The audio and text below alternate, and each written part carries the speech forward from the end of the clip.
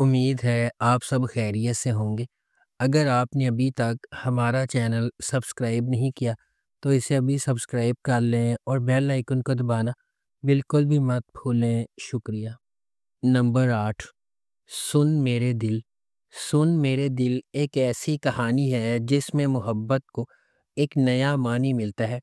جہاں ایک شخص کی عقیدت خاموشی سے پروان چڑھتی ہے، اکثر کسی کا دھیان نہیں جاتا۔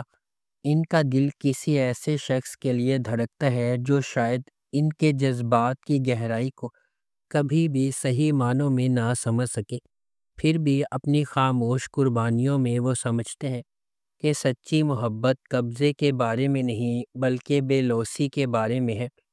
احسان کا ہر بے ساختہ اشارہ اور نظر نہ آنے والا عمل ان کی تکمیل لاتا ہے، جیسا کہ وہ اپنے محبوب کی خوشی کو اپنی ذات سے بالا تر رکھتے ہیں۔ یہ ظاہر کرتے ہیں کہ محبت صرف ایک ساتھ رہنے کے بارے میں نہیں ہے، یہ خوشی کی نئی تعریف کرنے کے بارے میں ہے۔ یہاں تک کہ ان کی قناعت کی قیمت پر بھی اس ڈرامے کو جیو انٹرٹینمنٹ پر نشر کیا جا رہا ہے۔ نمبر 7، کفارہ۔ ستارہ ایک زندہ دل یتیم اپنے بھائی، خالہ اور چچا کے ساتھ رہتی ہے۔ اپنی خالہ کے خراب سلوک کے باوجود زندگی کی چھوٹی چھوٹی چیزوں میں خوشی محسوس کرتی ہے۔ اس کی خالہ اسے اپنے ارد گرد رکھتی ہے کیونکہ اس کا خاندان کی جائیداد میں حصہ ہے۔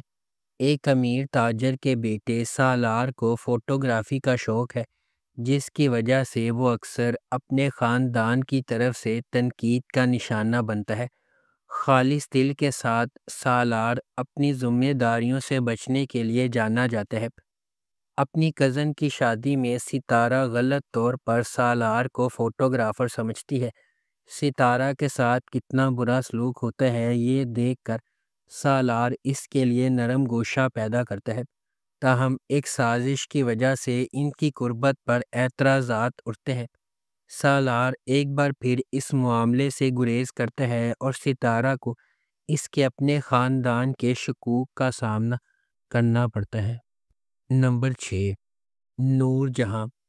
ایک قریبی رشتہ دار خاندان کے رشتے کا تجربہ ریگل اور کمانڈنگ نور جہاں سے ہوتا ہے، جس کی با اختیار موجودگی غیر متوقع چیلنجز لاتی ہے اور ان کی تقدیر کو تشکیل دیتی ہے۔ صبا حمید بحیثیت نور جہاں 3 بیٹوں کی ماں ہے۔ ایک جارحانہ اور غالب شخصیت کے ساتھ وہ ایک اعلیٰ طبقے کے خاندان سے تعلق رکھتی ہے اور اپنے بیٹوں کی زندگی کے لیے ہر چیز کی منصوبہ بندی کرتی ہے۔ کبرا خان بطور نور بانو مختار شاہ کی بیٹی ہے۔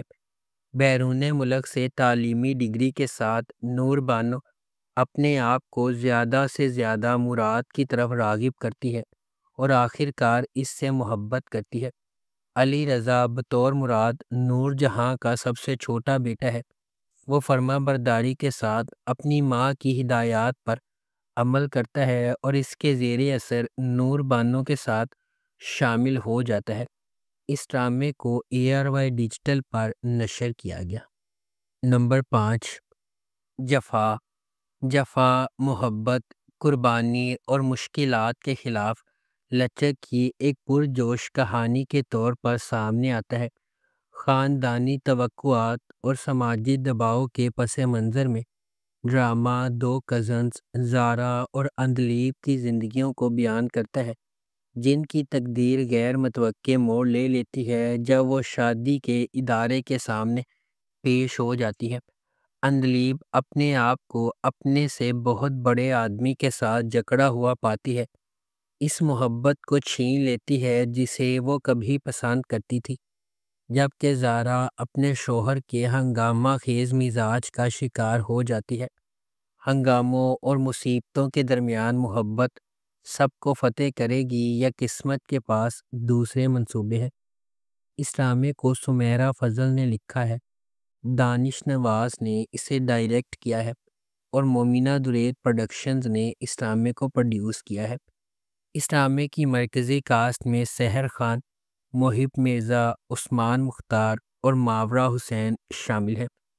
اس ڈرامے کو ہم ٹی وی پر نشر کیا گیا۔ نمبر 4، خئی۔ کہانی ایک انتقامی کہانی ہے جو خئی کی قدیم روایت کے پس منظر میں سامنے آتی ہے، جہاں دشمن کے خاندان کے مرد ارکان کو ان کے نسب کے تسلسل کو روکنے کے لیے ختم کر دیا جاتا ہے۔ اس پرانے انتقام کے مرکز میں درویش خان، دوراب خان اور اس کا بیٹا چنار خان ہے۔ درویش خان اپنے والد کے دوراب خان کے ہاتھوں قتل سے پریشان ہے۔ ایک پرامن زندگی کی تلاش میں درویش کا مقصد نسل در نسل دشمنی کو ختم کرنے کے لیے جنگ بندی کرنا ہے۔ تاہم شکوک پیدا ہوتے ہیں اور دوراب خان اور اس کا بیٹا چنار خان امن کے لیے درویش کے ارادوں پر شک کرتے ہیں۔ درویش کی حقیقی کوششوں کے باوجود امن کا پیغام دینے والے ایک مہربان انسان درویش کے گھر پر ایک جشن کے دوران واقعات کا ایک المناک موڑ سامنے آتا ہے، جس سے زمدہ اور اس کے خاندان کے لیے بے پناہ تکلیف ہوتی ہے۔ نمبر 3، جان نثار۔ نوشیروہ غزنوی ایک امیر نوجوان اپنے بھائی کی موت کے بعد اپنی زندگی میں ایک اہم لمحے کا سامنا کرتا ہے۔ یہ سانحہ نوشیروہ غزنوی پر متعدد ذمہ داریوں کا بوجھ ڈالتا ہے، جنہیں وہ ہچکچاتے ہوئے قبول کرتا ہے، صرف بعد میں انہیں نقصان دہ ثابت ہوتا ہے۔ تاہم دعا سے ملاقات کے بعد اس کی زندگی ایک تبدیلی کا موڑ لیتی ہے۔ اسے پہلی نظر میں اس سے محبت ہو جاتی ہے، لیکن یہ اسے اپنی ذمہ داریوں کے ساتھ ایک نازک موڑ پر کھڑا کر دیتا ہے۔